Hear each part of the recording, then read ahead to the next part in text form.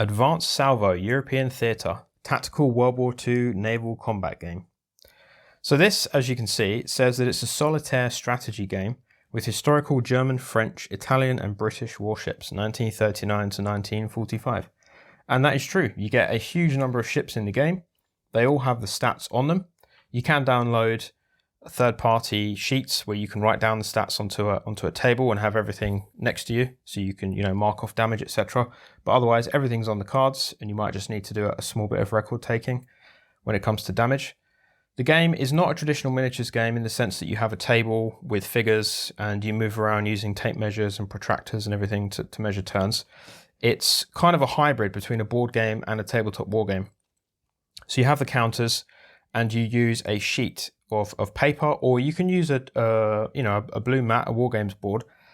But the important thing is it needs to be divided into range bands. And that is the way the game works. Ships move closer to each other and farther away, and that is it. That's the only movement in the game. It's very, very simple. But although it's a simple system, it does have rules in there for representing ships coming at an enemy ship from two different directions. And essentially, it does represent the very basics of what a Second World War naval engagement does involve. You have ships approaching each other from beyond line of sight. They get within viewing distance of each other, and it takes into account weather, mist and fog and all of that sort of thing. They open up, fire some broadsides. One side begins to take damage. They might flee if they're not sunk, and that is the end of the engagement. So it lets you represent those kinds of battles very easily. It does come with some historical scenarios. As I said, you get loads of ships. You get ships from Britain, Germany, Italy, and France. So you can do battles in the Atlantic, the South Atlantic. You can do Mediterranean. You can create your own scenarios if you don't want to use the historical ones.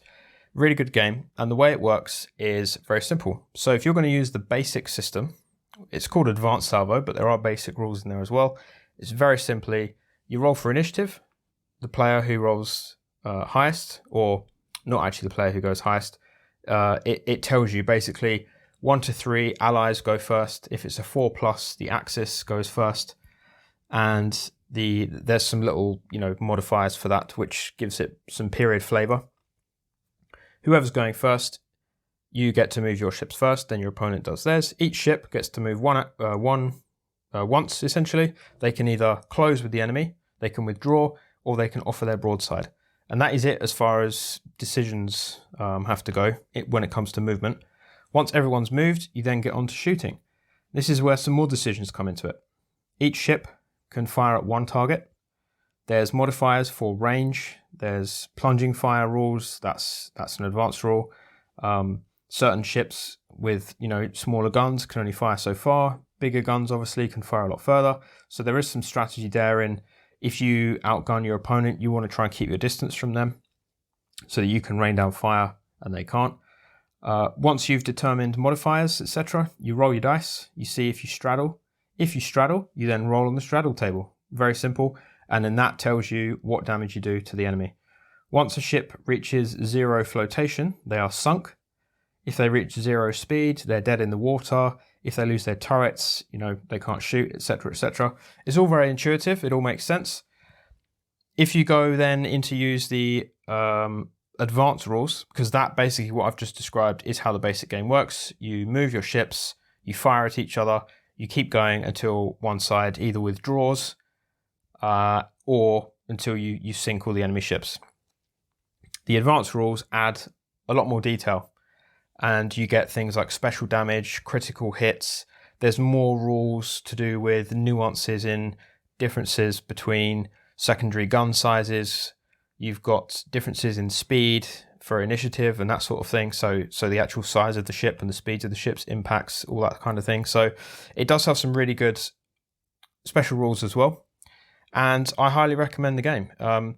You could quite easily play this with miniatures. So using the game as is, once you download it and you print off the little cards, it does take a bit of time to cut them all out, but it's well worth doing.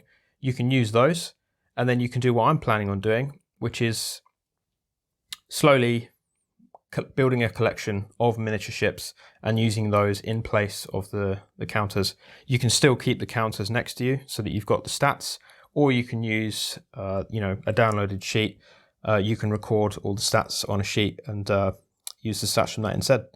So I also think you could probably, if you wanted to, I don't think it's necessary, but if you wanted to make it a bit more detailed, you could add rules for, two-dimensional movement, so you can move left and right, etc.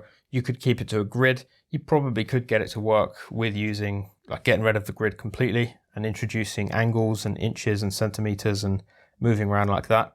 But playing the game as it's written, it's very, very quick. It's very intuitive. The advanced rules are actually only on 2 pages. So very, very quick to learn. It's fun. And for the type of game that you get and how quickly it is to set up, I think it's a great little package. So I highly recommend it. Whether you're new to naval games or you're not quite sure whether it's the kind of thing you'd enjoy, or you're a seasoned naval gamer, but you just fancy something that you can take on holiday with you, you can get this out, you can play it in a small area. I highly recommend it. Advanced Salvo, very good game. If there's any other games like this that you recommend, or any of your favourite naval war games, then let me know, because I am interested in trying to find and try different naval rule sets. It's a theatre of war, should we say, that I'm hoping to get into soon, because naval warfare, particularly in the Second World War, is something that does appeal to me. But I'm not sure what the best set is. So any recommendations, please let me know in the comments. Otherwise, thanks very much for watching. Don't forget to like and subscribe, and I'll see you in the next one.